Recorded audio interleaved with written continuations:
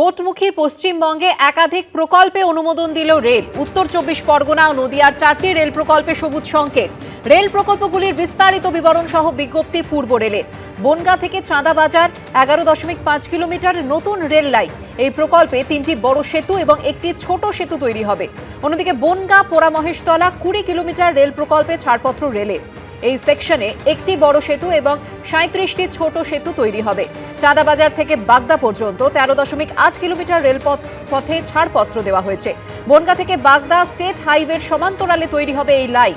দুটি বড় সেতু এবং 14টি ছোট সেতু তৈরি হবে। আড়ংঘাটা থেকে দত্তফুলিয়া 8.17 কিলোমিটার নতুন রেল লাইন। এই সেকশনে 15টি ছোট সেতু নির্মাণ করা হবে। ইতিমধ্যেই অমিত শাহ তিনি রাজ্যে এসেছেন এবং আজকে তার দুটি কর্মী সভা রয়েছে, অবশ্যই ব্যারাকপুর এবং তারপর বিকেলে শিলিগুড়িতে। কলকাতা বিমানবন্দরে নামার পর গতকাল তিনি রাজ্য নেতৃত্বের সঙ্গে বৈঠক করেছেন। শিবাশিস মৌলিক আমাদের সঙ্গে এই মুহূর্তে টেলিফোনে রয়েছেন। শিবাশিস, আজকে প্রথমে শিলিগুড়ি এবং আজকে প্রথমে ব্যারাকপুর এবং তারপর আমরা জানি উত্তরবঙ্গে কর্মী সভা রয়েছে অমিত শাহ। কখন তার কর্মসূচি শুরু হতে চলেছে এখনো পর্যন্ত আজকের কর্মসূচি সম্পর্কে কি খবর শিবাশিস? আমরা শুরুতেই বলে রাখি যে গতকালকে পশ্চিমবঙ্গে এসেছেন কেন্দ্রীয় স্বরাষ্ট্রমন্ত্রী অমিত শাহ। যদিও তার 8:05 নাগাদ কলকাতা বিমানবন্দরে এসে পৌঁছানোর কথা ছিল, তবে দেরিতে গুয়াহাটি থেকে তিনি রওনা হওয়ার কারণে একটু দেরি করেই তিনি পশ্চিমবঙ্গে এসে পৌঁছেছেন।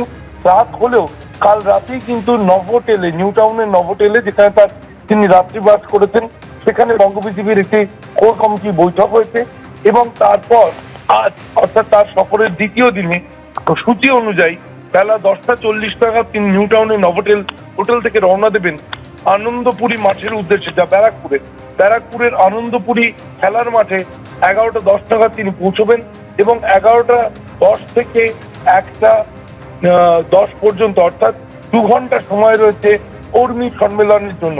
ব্যারাকপুর জোনের যে 4টি বিজেপির সাংগঠনিক জেলা, তার মধ্যে ব্যারাকপুর রয়েছে, বারাসাত রয়েছে, বনগাঁ রয়েছে, বসিরহাট রয়েছে। এই 4 লোকসভা কেন্দ্রের যে মন্ডল স্তরের কর্মীরা, তাদের নিয়ে তিনি একটি কর্মী সম্মেলন করবেন।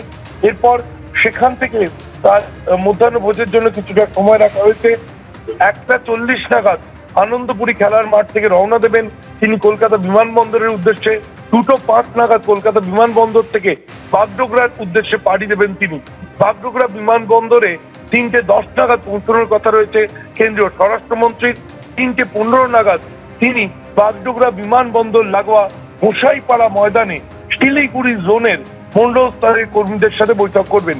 একইভাবে শিলিগুড়ি জোনে কিন্তু শিলিগুড়ি, দার্জিলিং, কোচবিহার, আলিপুরদুয়ার, জলপাইগুড়ি 5টি সাংগঠনিক জেলার মন্ডল স্তরের কর্মীদের সঙ্গে বৈঠক করবেন অমিত শাহ।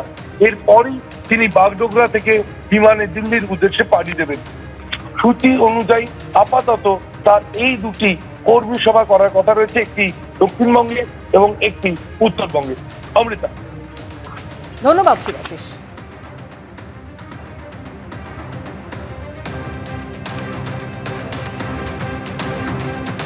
এখন এমনি কোনো কর্মসূচি নেই। উনি 1-2 লোকের সাথে হয়তো দেখা কথা বলবেন, আর তারপরে কালকে সরাসরি ব্যারাকপুরে যে ওই পুরো জোন যে আছে তাদের বিভিন্ন কার্যকর্তাদের সম্মেলন আছে, সেই সম্মেলনে তিনি কার্যকর্তাদের উদ্দেশ্যে আগামী যে লড়াই, সেই লড়াইয়ের জন্য তাদেরকে আরও বেশি উৎসাহিত করবেন। আর তারপর ওখান থেকে তিনি শিলিগুড়ি চলে যাবেন, আর তারপর ওখান থেকে দিল্লি। অমিত শাহ আসবেন যাবেন কিছু যায় আসে না, ফন্দি করবেন, টিকবে না ফন্দি, কোনো ফন্দি বাংলায় টিকবে না। ফন্দি টিকেছিল মহারাষ্ট্রে, ফন্দি টিকিয়েছে দিল্লিতে, ফন্দি টিকিয়েছে হরিয়ানায়, সব জায়গায় ফন্দি টিকিয়ে, বিহারে ফন্দি টিকিয়েছে, কিন্তু বাংলায় টিকবে না, কারণ বাংলায় এক বাঘিনী আছে, তার নাম মমতা ব্যানার্জি। এবিপি আনন্দ, এগিয়ে থাকে, এগিয়ে রাখে।